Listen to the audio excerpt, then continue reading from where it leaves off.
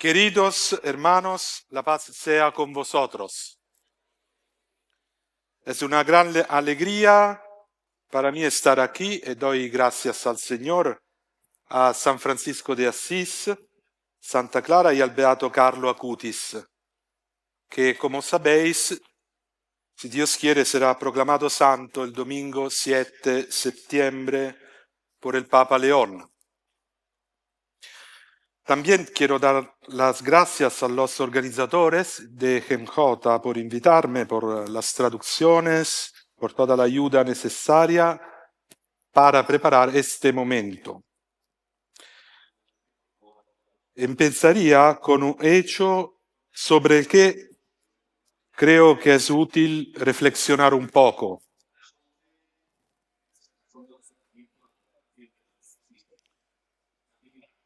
¿Qué es? La voz de Dios. Lo escuchamos.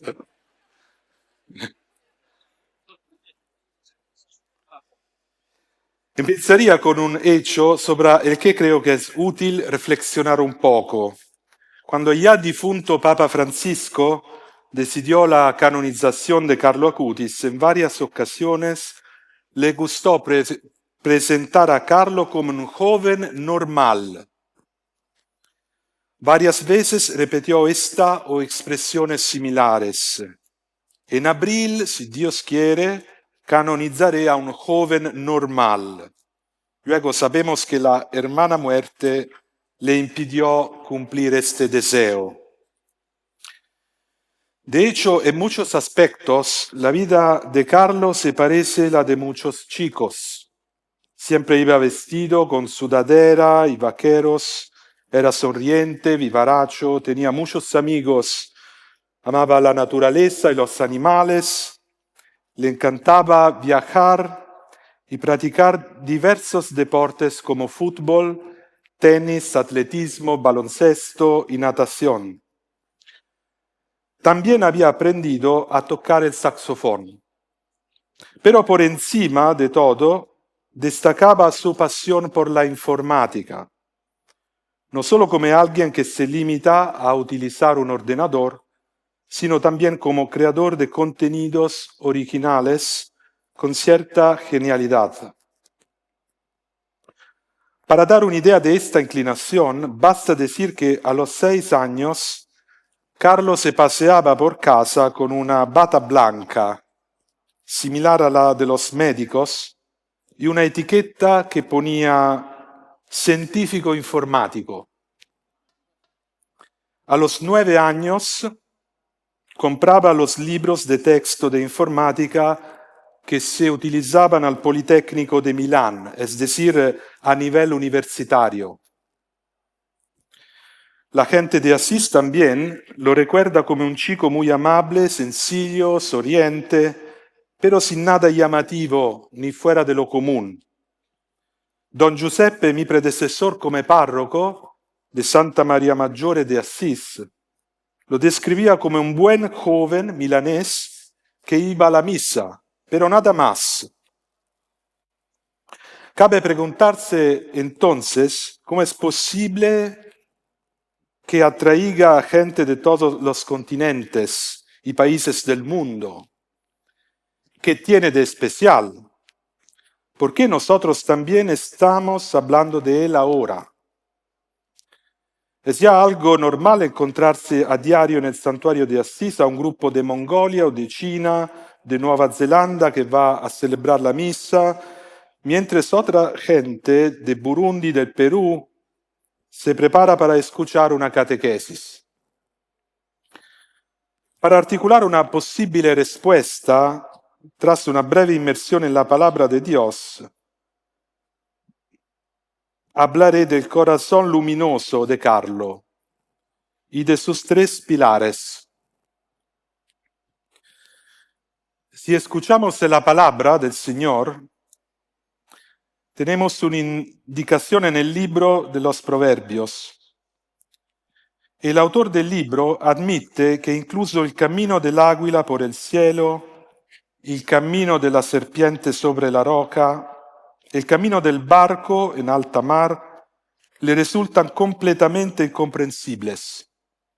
¿Cómo pensar en poseer el camino del Dios Altísimo, en poder comprenderlo, preverlo e incluso manejarlo? Desde la pretensión de la cultura dominante de poder calcularlo, explicarlo y controlarlo todo, quizás hay algo que escape de su alcance. En el caso de Carlo, por favor no lo olvidemos nunca, nos encontramos también ante un misterio, que es el misterio de la elección. Muchas páginas de la Biblia atestiguan que Dios es libre y elige a quien quiere, y lo hace con criterios y categorías totalmente distintos a los de los hombres, incluidos los hombres religiosos. El profeta Isaías lo deja muy claro. Cuanto dista el cielo de la tierra, así distan mis caminos de los vuestros, y mis pensamientos de vuestros pensamientos. Pero no es todo. La Sagrada Escritura atestigua que la elección de Dios no es como la nuestra. Cuando elegimos a alguien, esto suele conllevar exclusión, devaluación, oposición a los demás. Por el contrario, la elección de Dios es siempre inclusiva. Significa que cuando elige a uno, lo hace para alcanzar y valorar a todos los demás. En el caso de Dios, la elección de uno es la forma que adopta su amor ilimitado e infinito, con el que quiere salvar y dar la vida a todos. Por tanto, es lógico plantearse la siguiente pregunta. ¿Qué quiere decirnos Dios con la elección de Carlo? ¿Qué significa para mí su canonización el próximo 7 de septiembre? Intentaré ofrecer solo algunos elementos de sentido para suscitar la reflexión, sin pretender ser exhaustivo. Aquí hay el punto importante que es el corazón luminoso. En primer lugar, el Señor pone a Carlo como ejemplo de un adolescente con el corazón lleno de luz. Cuando montamos la exposición de los milagros eucarísticos en el Santuario del Despojo en Asís, hace unos meses, Andrea Cutis, el padre de Carlo, vino a inaugurarla. En aquella ocasión habló del corazón de Carlo, es decir, de su vida interior. Hay que tener en cuenta que hace 20 años no era posible recopilar datos sobre milagros eucarísticos desde la comodidad de tu casa con tu ordenador. Había que ponerse en marcha y viajar. Había que desplazarse a distintos países para recopilar toda la información. La familia Cutis planificaba sus vacaciones de verano para cumplir este deseo de Carlo, lleno de alegría, implicando a toda la familia en la búsqueda de información útil para realizar la exposición. Pero aquí está el quid de la cuestión. En el centro de su corazón se encontraba un amor sin límites por Jesús y por la Eucaristía. Y toda su vida interior estaba dirigida con exultación al misterio eucarístico. He aquí, pues, el corazón luminoso, es decir, un corazón lleno del deseo vivo de Jesús, orientado hacia el Padre en el Espíritu Santo y atravesado por el firme deseo de hacerse santo. Como nos dijo ayer en la homilía don Juan Carlos, el obispo de Vitoria, este es un punto decisivo. Es muy útil saber que Carlos es santo porque tenía el deseo de ser santo. En este punto tenemos el testimonio del confesor de Carlo, que es muy precioso. Siempre Carlo le repetía: Padre, por favor, rece por mí para que sea santo. Inmediatamente después añadía con humor: pero no come a San Francisco, que ayunaba demasiado. Poco menos. De este testimonio aprendemos una cosa importante, que nuestro corazón tiene ojos. No solo tenemos ojos para ver a las personas y las cosas que nos rodean, sino que también tenemos ojos en nuestro corazón. Es más, si lo pensamos bien, nuestro corazón no puede dejar de mirar, seguramente mirará hacia algo o hacia algo o alguien. Y mirará hacia la oscuridad de la desconfianza y la soledad, o hacia la propuesta seductora pero engañosa de algún ídolo, o mirará hacia la luz y hacia la vida, que no se apagan ni defraudan, es decir, el Señor. Podemos preguntarnos entonces, en este último tramo de la vida, ¿qué estoy mirando con el corazón?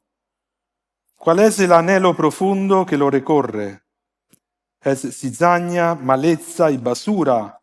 ¿O es un corazón que tiende hacia la luz, que sueña y persigue la belleza y el bien supremo? ¿Qué lugar ocupa Jesús en el corazón? ¿Qué lugar ocupa la Iglesia?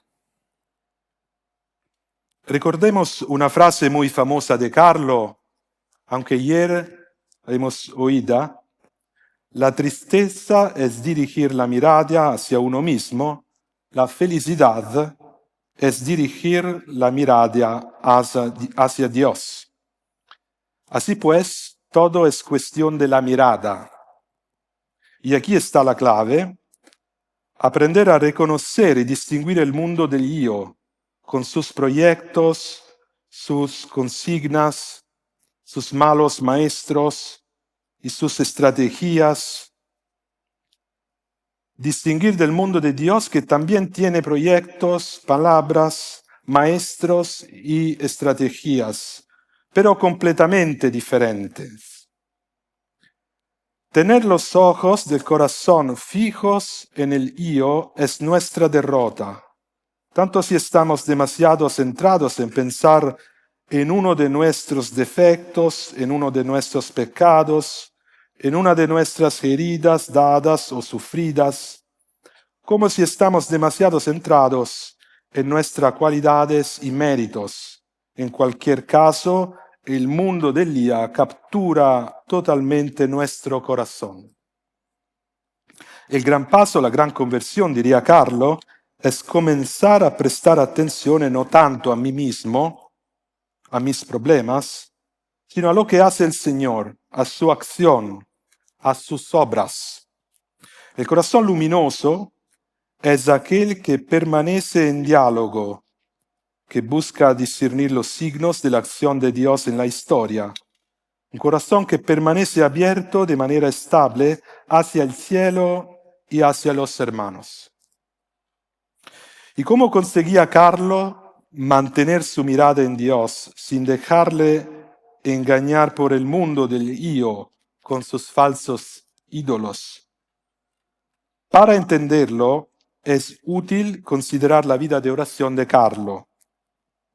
Aquí hay 3 pilares. Si consideramos la vida de oración de Carlo, uno de los pilares fundamentales es sin duda su relación con María, la Madre de Dios.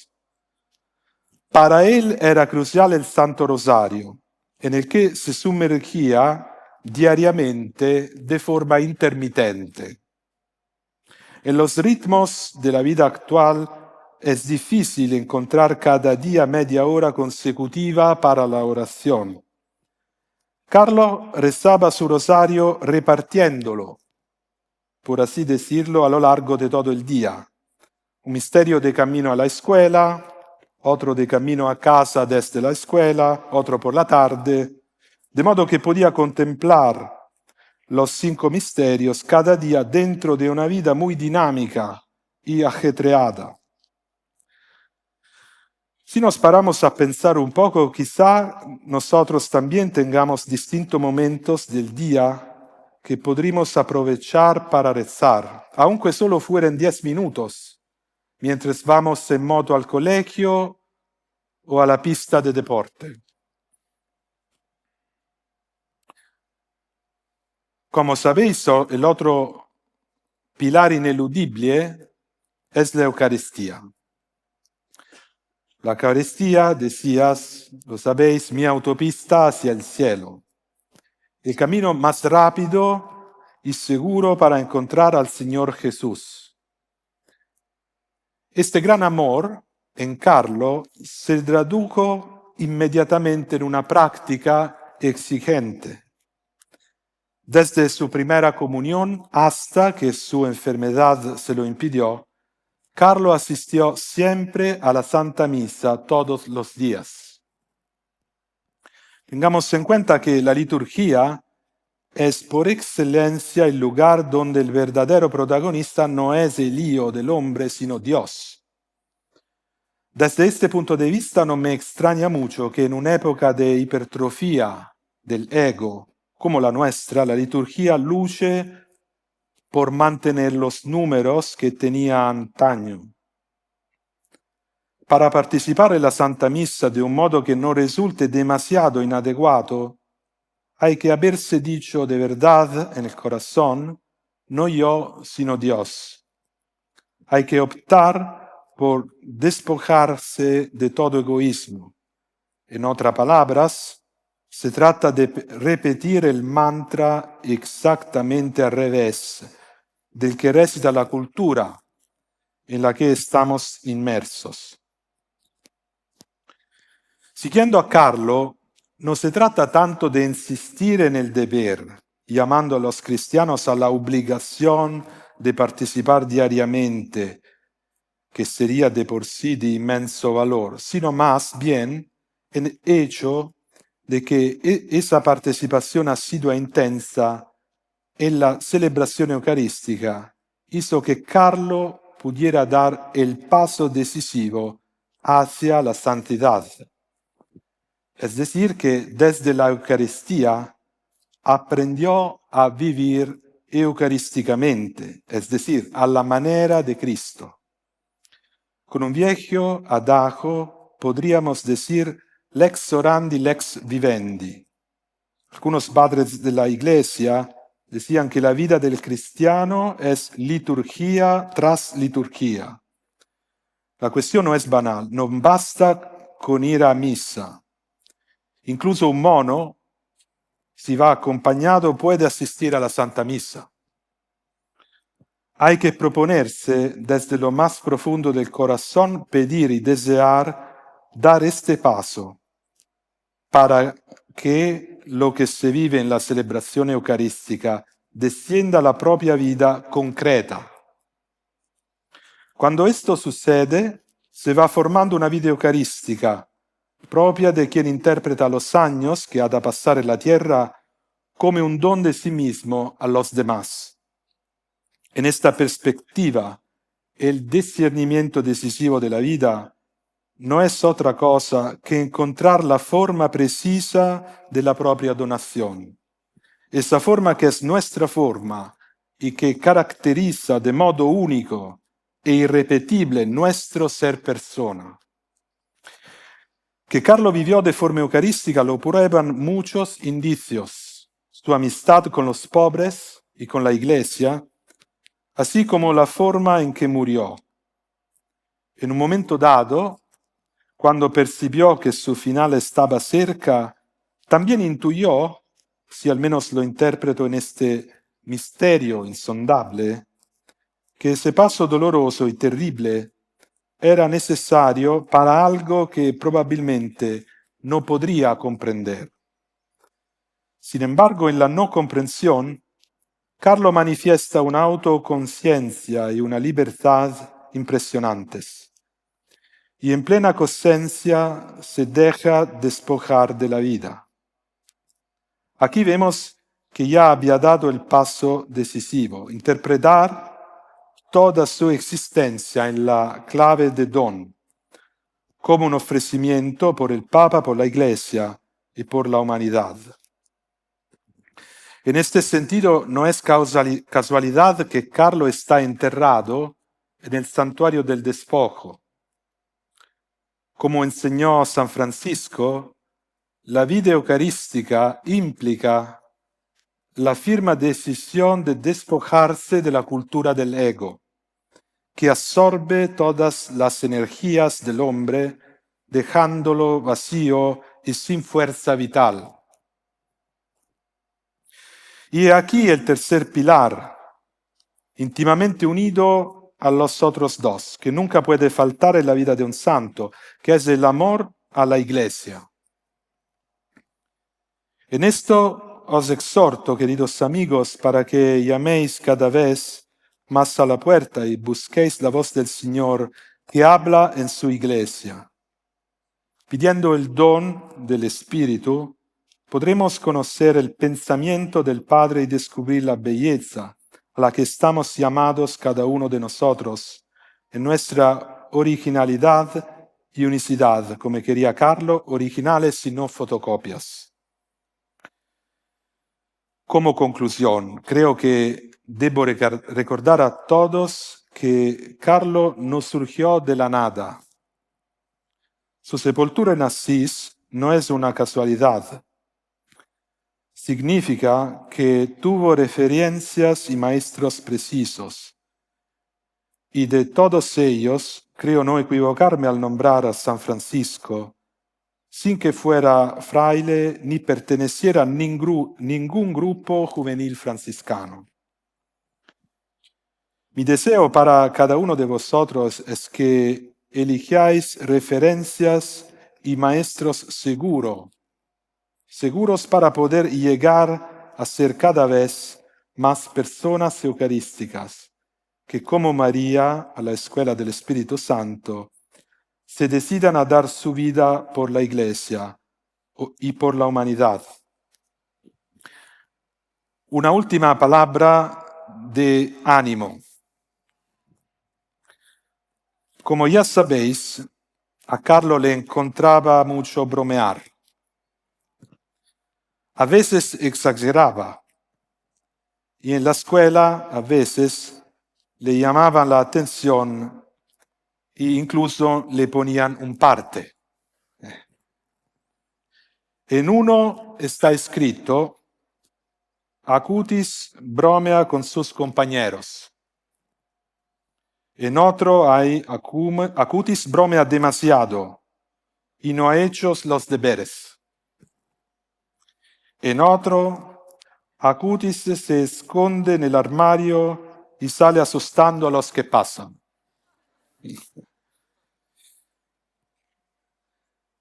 Quería contaros estas cosas porque Carlo tampoco, por un lado, nació perfecto.